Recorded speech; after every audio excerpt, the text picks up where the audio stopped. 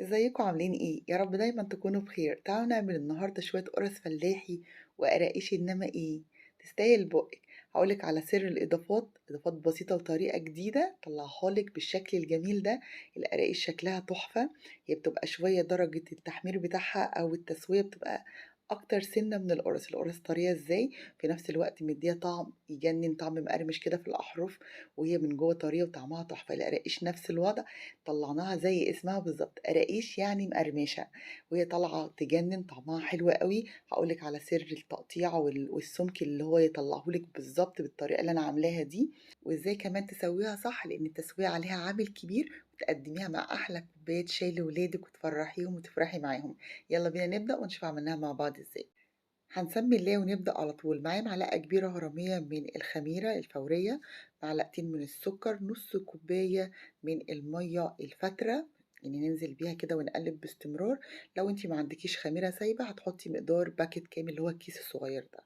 تعالوا في الوقت اللي هي هتخمر فيه هنفضي معايا كيلو من الدقيق متعدد الاستخدامات او خاص بالمعجنات، الاتنين شغالين تمام. معايا شوية من السمسم، شوية من الشمر واليانسون. طبعا الكمية بتوقف على اختيارك انتي او حبك للحاجة دي. انا بحب السمسم كتير، بعد ما حمصته طبعا حطيت 4 معالق كبار، الشمر واليانسون معلقتين هرميتين كبار، وطبعا بتخرج منهم الرطوبة، وبعد كده في الكبة بديهم نص لفة. يعني انا بحب يبقى القوام بتاعها لا هو مطحون قوي ولا باين قوي، فهي النص لفة دي بتبقى جميلة جدا. شوية من الملح، يعني نص معلقة صغيرة كده، وكوباية مليانة من السمنة على الزيت. أنا بحط 3/4 سمن والربع بس هو زيت، وابتدي بدفيها طبعا، وبعدين بقلب بالشكل ده كده بالمعلقة. سيبوا المعلقة على جنب على طول، وانزلي بإيدك بقى عشان تعجني كويس، لأن القرص لازم تتعجن. بعد ما لفتها بالسمن كويس ابتديت ان انا اضيف المواد السائله اللي هي الخميره، طبعا بعد ما اختمرت خلاص ما خدتش اكتر من 10 دقايق وكانت مختمره كويس بالشكل ده. تعالوا بعد كده نضيف كوبايه من اللبن او الميه او اللبن الرايب، وهقول لكم تعملوا اللبن رايب ازاي، وده افضل طريقه للقرص، بتطلع هايله باللبن الرايب. وكنت سايبة ربع كوباية من المية على جنب، أو اللبن أو أيا كان نوع السائل اللي هتستخدميه، طبعا ده حسب نوع الدقيق. أنا ضفت الربع كوباية، ظبطت معايا ولميت بيه العجينة وبقت جميلة بالشكل اللي انتوا شايفينه ده ما شاء الله. طبعا مع العجن المستمر 10 دقايق كده كانت جميلة وطرية وعاملة زي القطن زي ما انتوا شايفين، ما شاء الله في منتهى الجمال. هسيبها بعد كده تريح ربع ساعة في الوقت اللي أنا هجهز فيه الصاج والحاجات دي. شايفين بعد ما ارتاحت ما شاء الله، تحسوا ان هي كده يعني قطنه في ايدك، ما شاء الله جميله جدا. هبتدي بقى اكور حسب التقطيع اللي انا عايزاه، عايزه انها كبيره صغيره متوسطه زي ما تحبوا. اهم حاجه بتكوري وبتضغطي عليها او بتبططي على طول، يعني بتديها ضغطه كده عشان تفرد شويه معاكي وتديكي شكل القرص. تكوني مجهزه الصاج، ما تدهنوش اي حاجه لان اوريدي فيها نسبه سمن كويسه جدا، فبتكوري وبططي وحطي، كور بطط احدف كده على طول يعني. بتخلصي الكمية كلها بنفس الشكل ده. أنا طبعا هشكل، هعمل صوج قرص عادية، يعني سادة خالص من غير أي حاجة. ممكن على فكرة تحشيها جبن لو انتي حابة، يعني مش حابة خلاص بتعمليها سادة، احنا بنفضلها سادة. وبنفضل جزء تاني بعجوة هعمله لكم دلوقتي، والجزء التالت ده هنعمله شوية قراقيش كده مع الشاي بلبن، كده طعم خيال وبتدفيكي وبتدفي قلبك كده. تعالوا بقى نشوف. ده أول صاج عملناه. تعالوا بقى نعمل نوع تاني بالعجوة. العجوة طريقتها سهلة جدا، بتجيبي العجوة ومعلقة سمن بلدي وبتسيحيها بيها على النار، وبتبقى كده جاهزة معاكي، بتسيبيها تبرد وبتكوريها حتت صغننة. أنا المرة دي هختصر عليكم وقت وجهد، مش هنكور ولا حاجة. احنا بالمعلقة كده هنبتدي نعمل مقدار معين، نص معلقة عجوة أو معلقة زي ما انتي حابة، وبتحطيها فيها بالشكل ده كده. مش هنحتاج نسيبها تنشف ولا حاجة يعني، ولا تكوير ولا وجع قلب، احنا هنحط بالمعلقة على طول. يعني أي حاجة عملية هنحاول نشتغل بيها عشان نوفر على نفسنا وقت.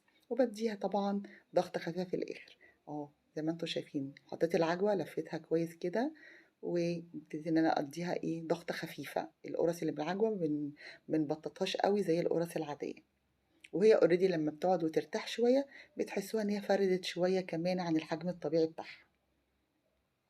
شايفين ما شاء الله جميلة جدا. بديها بطة خفيفة كده وبقفلها من كل الجهات. اهم حاجة تلموها كويس اللي هي فيها عجوة دي عشان ما تطلعش وهي بتستوي. وهي بقت بالشكل الجميل ده هدخلها الفرن بعدها طبعا بربع ساعة كده لما تكون ارتاحت كمان شوية. تعالوا بقى نشوف اخر جزئية بلفها كده، دي اللي هنعمل بها القراقيش.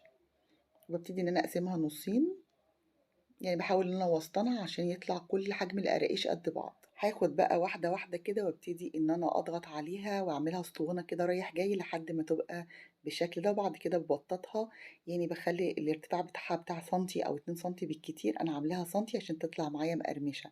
القطعة التانية أو الاسطوانة التانية بكون حطاها في علبة ومغطية عليها عشان ما تكونش قشرة، وبالسكينة ببتدي إن أنا أقطعها صوابع كده منتظمة كلها نفس المقدار أو المقاس. دي القطعة التانية فردتها وعملتها اسطوانة بنفس الطريقة بالظبط، وبحاول ان السمك يطلع مظبوط عشان التسوية تطلع واحدة. كل ما هترفعوها وتعملوها صغيرة كده تطلع معاكم مقرمشة وفي منتهى الجمال. وبعد ما بقطعها ببتدي ان انا ارصها في صاج بالشكل ده كده، وبعد كده باسيبها ترتاح خالص مع القرص بعد ربع ساعة، نص ساعة، حسب طبعًا درجة حرارة الغرفة. وبعد كده بعد ما بترتاح شوية بادخّلها الفرن تستوي، ما بتاخدش وقت كتير في الفرن، يعني من ربع لتلت ساعة بتطلع معانا بالشكل الجميل ده. أهم حاجة التسوية تبقى أكتر حاجة بسيطة من القرص عشان تطلع معاكِ مقرمشة. شايفين تسوية القرص جميلة إزاي؟ فوق زي تحت وطالعة في منتهى الجمال، القراقيش كمان طالعة تحفة، ما شاء الله لونها جميل. درجة القرمشة بتاعتها طبعًا الشمر واليانسون والسمسم ناقلين ريحتها في حتة تانية، الطعم طبعًا وهم، طرية من جوّه والحروف بتاعتها كده مقرمشة وفي منتهى الجمال. طبعًا القراقيش بتتكلم أهي، مش قادرة أتكلم أكتر من كده.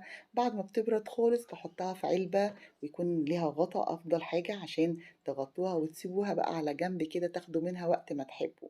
شايفين ما شاء الله التسوية كمان بتاعة القراقيش في منتهى الجمال. وأكيد خدتوا بالكم إن التصوير من قريب غير من بعيد، الكاميرا أوقات كتير بتبقى ظالمة والحقيقة أحلى بكتير. الفيديو ده عايزة أقول لكم ما حسيتش بيه إطلاقا، عملته بالليل والوقت بتاعه عدى هوا، غير بقى إن طعمه ولونه وريحته كانت قلبة الدنيا بجد. أتمنى يكون الفيديو عجبكم واستفدتوا منه. كانت معاكم صبا العريشي، وإلى اللقاء في فيديو آخر إن شاء الله.